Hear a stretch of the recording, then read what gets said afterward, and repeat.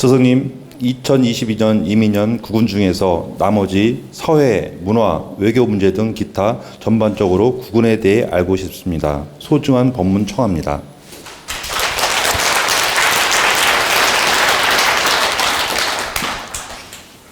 남북 외교라든가 중국, 미국, 일본 등등의 이렇게 외교 정책들은 나름대로 잘 펼쳐나가려고 노력을 합니다.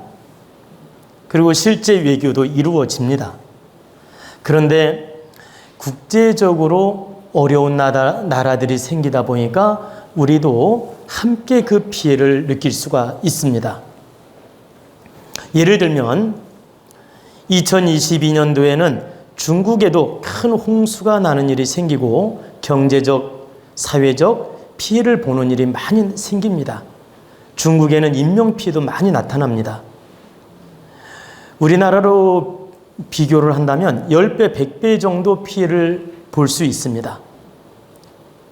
그래서 중국은 홍수라든가 기타 천재지변으로 큰 인명피해도 나타나고 국가에 어떤 큰 손실이 온다. 그리고 정치적으로도 혼란이 좀 오고. 그리고 이제 미국도 이렇게 경제적으로 부담이 느껴지면서 대통령 인기도 좀 떨어지게 되고 등등의 여러 가지 경제적으로 좀 부담과 혼란이 옵니다. 그래서 외교 정책은 과거와 다르지 않게 이루어지지만 여러 가지 국제적으로 혼란과 어려움이 있다 보니까 그로 인해서 우리나라도 간접적 영향을 받아서 나름대로 힘든 걸 느끼게 된다는 뜻입니다. 그리고 이제 남북 문제는 제가 운명을 여는 지혜의 책에도 써놨는데 남북 문제는 2023년 바로 내년부터 통일 시초 준비를 합니다. 통일 시초 준비. 시초 준비를 해가지고 10년 안에 통일 과정을 밟아 나간다. 그런데 22년도는 북한 외교, 북한 정책, 남북 정책들이 교류는 하지만 좋았다, 나빴다, 좋았다, 나빴다 이런 현상이 반복됩니다. 좀 좋아지려고 하면 이렇게 한마디로 말하면 변덕을 부리고 또 이렇게 미사일을 한 방 쏜다든가 해가지고 분열을 일으키고 또 좋아지려고 하면 문제를 일으키고 이런 식으로 북한이 이중적 잣대로서 좀 우리나라를 혼란스럽게 만든다. 그래서 약간은 위협도 가하고 약간은 친화적으로 노력도 하고 약간은 불안 심리도 조성하고 이런 식으로 남북은 이렇게 진통을 거듭한다. 더 큰 미사일도 쏘는 일이 생깁니다.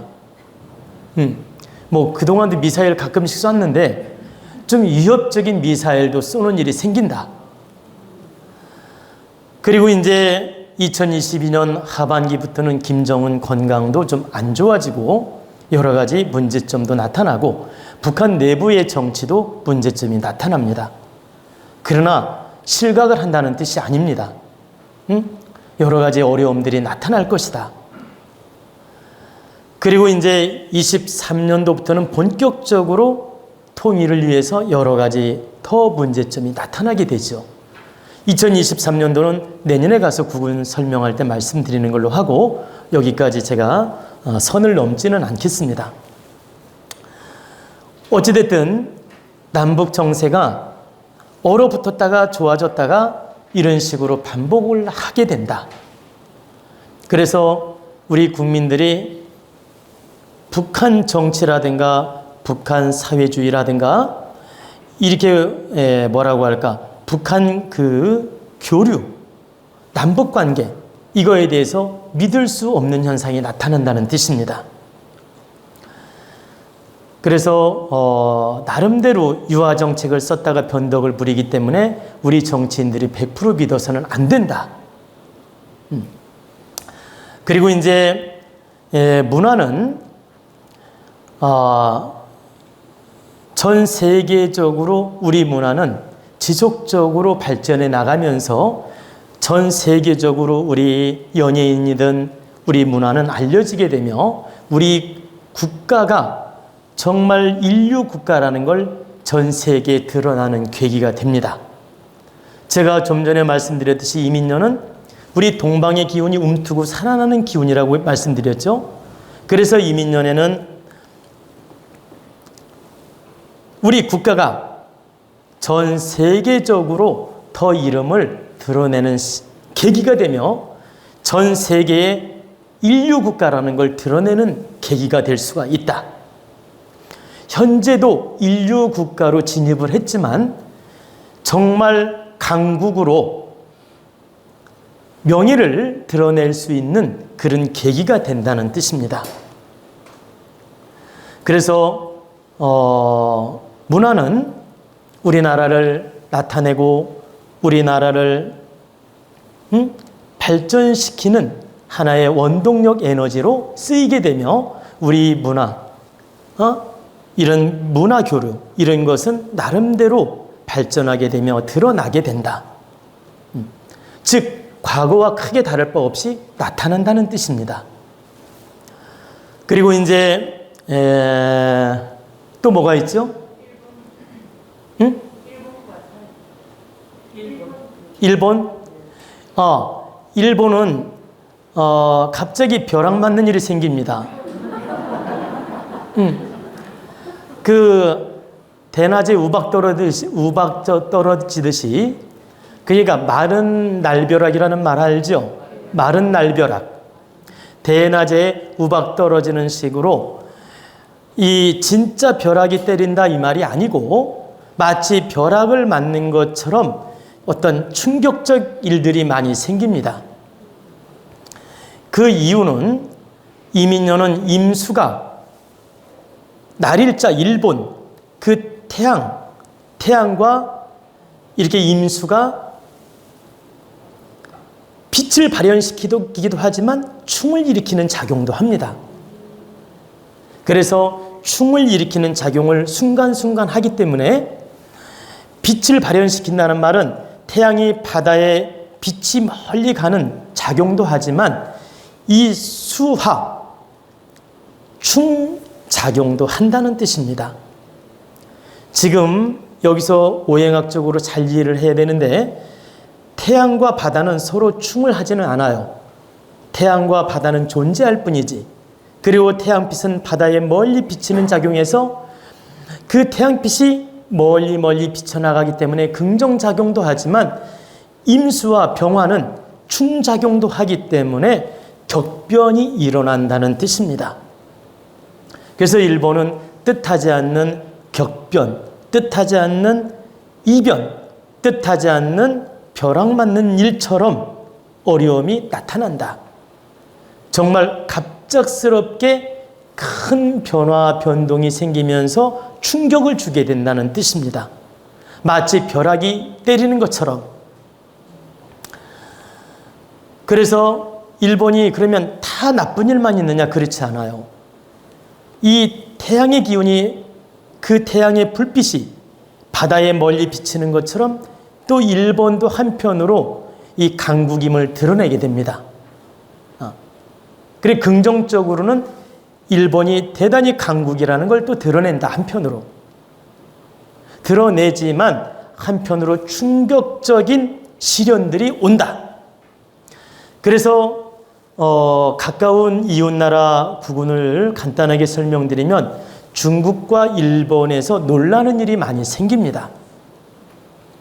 물론 미국에서도 놀라는 일이 생기지만 중국과 일본에서 놀라는 일이 많이 생긴다. 그리고 이제 뭐 또 궁금한 거,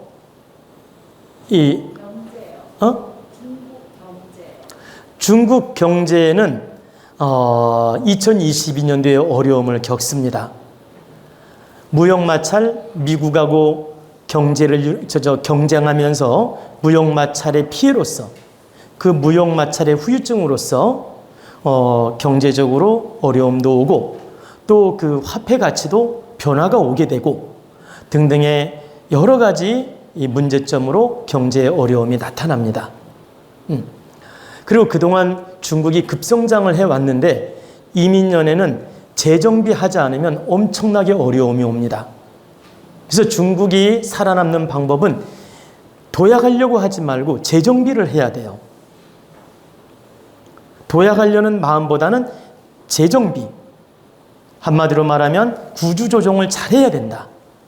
그래야 살아남지, 이대로 가면 여러 가지 문제점이 나타난다는 뜻입니다. 그리고 제가 언젠가 책에서도 말씀을 드렸는데 앞으로 미래에는 중국이 쪼개지는 현상이 나타납니다. 지금처럼 통일 중국이 아니라 앞으로 쪼개지는 현상이 나타납니다. 그리고 우리나라는 그 쪼개지는 중국 속에서 위대한 강국으로 거듭나게 됩니다. 근데 그 시점까지 말하면 또 정치인들이나 국가에서 나를 표적으로 삼을 수 있기 때문에 제가 그것까지는 말하지 않겠습니다. 그리고 뭐 또